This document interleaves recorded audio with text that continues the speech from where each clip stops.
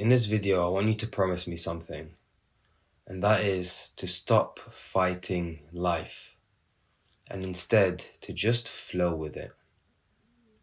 Anytime you are fighting life, you are resisting what life is presenting itself as. You are resisting these scenarios that arise. You could be trying to resist certain emotions within yourself, certain thoughts and ideas, certain memories that keep coming up. You could be trying to resist from an external event from happening or a particular scenario from happening. You could be trying to resist some potential failure in a particular task. You could be trying to resist other people from doing something. This notion of resistance and trying to control everything really go hand in hand. They are pretty much the same thing. But from that is born a huge amount of suffering, a huge amount of pain. When you are resisting, it's as though you are building a dam or placing an obstacle in front of or in the middle of a river. And when you have enough obstacles built up or enough resistance, the river doesn't flow freely anymore. And so the river begins to accumulate a large reservoir. In the same way, if we are resisting potential emotions, if we are resisting potential scenarios or anything that life or reality has to present, we are actually holding on to it in some way. We are holding on to it, and all these things that we are resisting now begin to accumulate. And so when we turn inwardly and we look at all of that which has been accumulated, we feel even more reluctant to deal with it. We try to resist it even more. And then when the reservoir of the dam grows large enough, we try to also add more resistance to retain the dam. We build a higher and higher dam to resist the flow of even more of the river. But if we just allow and accept whatever life has to offer and present in the moment with deep sincerity and deep appreciation, regardless of what the scenario or memory or thought may be, then the river will continue to flow and life will continue to flow. And in this way, you are in a state of liberation.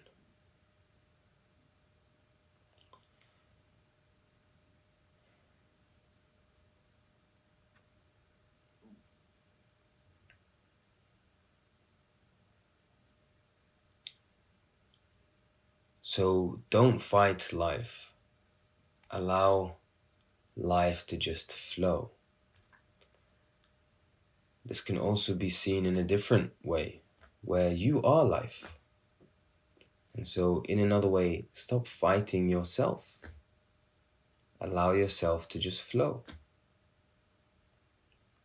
When different scenarios take place, stop viewing it as though it's happening to you. Because if you are maneuvering in life, feeling as though things are happening to you, things are happening for you or against you, as though you are the center of the universe, then you'll be on this roller coaster, chasing the moments where life is potentially happening for you and trying to resist the moments in life where it's happening against you. That is not liberation. You are shackled to the ups and downs of what life presents to you. And so there needs to be some form of allowance or an acceptance through and through.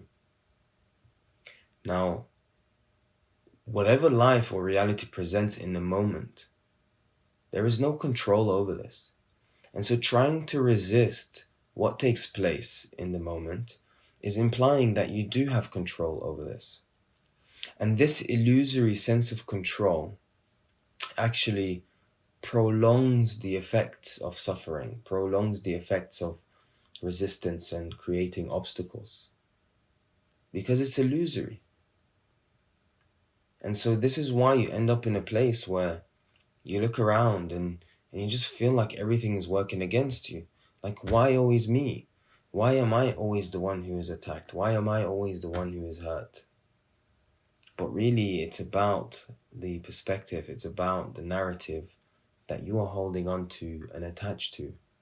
If you allow this to loosen up and recognize that whatever is taking place in this moment, and there is just this moment, there is no past or future, there is just this moment. The past and the future are ideas now. In this moment, whatever arises in reality, if you just accept that, if you allow it to be, you will find yourself in this neutral state of equanimity. It's a sense of peace. And this is because you are now congruent with reality. You are in alignment with reality. You aren't creating false obstacles or illusory conditions and expectations of what things should and shouldn't be. Now, this isn't to say that you should now become a pushover and that you should be okay with everything that takes place. No, there are opinions, there are judgments, but the opinions and the judgments aren't the be-all and end-all of reality.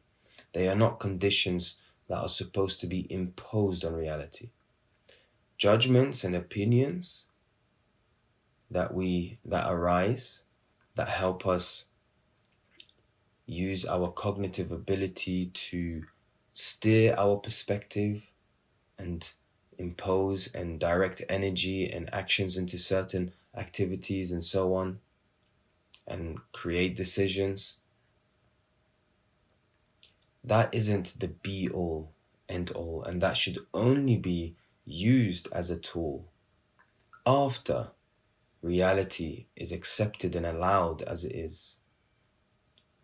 It should not be the other way around. It should not be that your thoughts, your opinions and judgments and beliefs and expectations are superior to reality, so that reality should match what your opinions and expectations are, because that's a battle that you will never win. And that's a battle that people have lived their lifetime trying to fight. So don't fight life. Allow it to just flow. In the same way, when we look at our emotions, the movements of our emotions when they arise, very often what we try to do is hold on or attach ourselves to pleasant emotions, happiness, joy, and we accept that with open arms. We allow it to take place. But when there is some form of sadness or sorrow or some form of emotion that isn't as pleasant, then what we try to do is resist that. Now, when we look at emotions, emotions are actually the same thing, but on a spectrum. For an example, if you look at anxiety, it's actually the exact same thing as excitement. It's just the idea about it is different. So if you are very anxious because you're about to go into an interview or meet someone or do whatever it is, if you take a close look at it, if you change the idea of what this feeling is, you can very quickly actually feel excited instead. So really, emotions are expressions on the same energy, on the same spectrum, if you like. Now, what this means is if I am rejecting a particular emotion, and numbing myself away from a particular emotion like sadness, I am actually also rejecting and numbing myself away from happiness.